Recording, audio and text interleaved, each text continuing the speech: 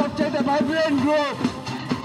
এই ম্যারাথন সুস্বাস্থ্যের জন্য এই আয়োজন নগরবাসীকে প্রাণঘাতী স্ট্রোক সম্পর্কে সচেতন করতে, যেখানে অংশ নেন সিটি মেয়র, মেডিকেলের পরিচালক ও নিউরোলজি বিভাগসহ নানা বিভাগীয় প্রধানরা।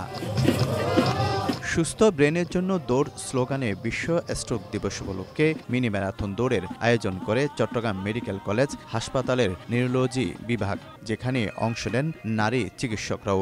উদ্দেশ্য রোগ সম্পর্কে সতর্ক ও প্রতিকার সম্পর্কে সবাইকে সচেতন করা। স্ট্রোক হলে মানুষের মৃত্যুর ঝুঁকি এবং পক্ষাঘাতগ্রস্ত হয়।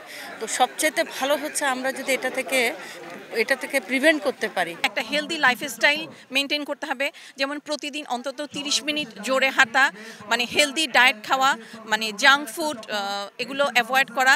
হঠাৎ করে মস্তিষ্কে রক্ত প্রবাহ বন্ধ হয়ে আক্রান্ত হওয়া রোগের মাঝে মৃত্যুর দিক থেকে হৃদরোগের পরেই স্ট্রোকের অবস্থান।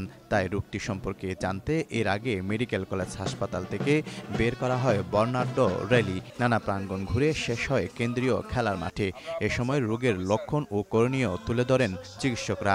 এক সাইড অবশ হয়ে গেছে মুখটা, অথবা চোখটা হয়তোবা দেখা যাচ্ছে হয়ে গেছে, এবং এক হাত পা হয়তোবা অবশ হয়ে গেছে।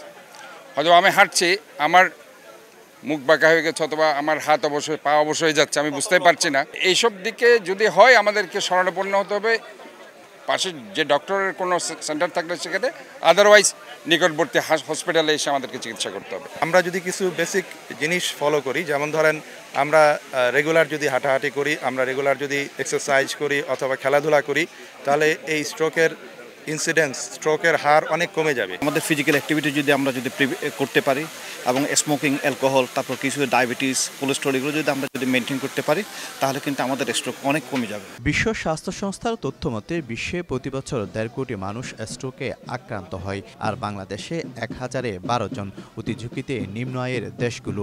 আক্রান্তে নারীর চেয়ে পুরুষের হার দ্বিগুণ। শফিকুল আলম, সময় সংবাদ, চট্টগ্রাম।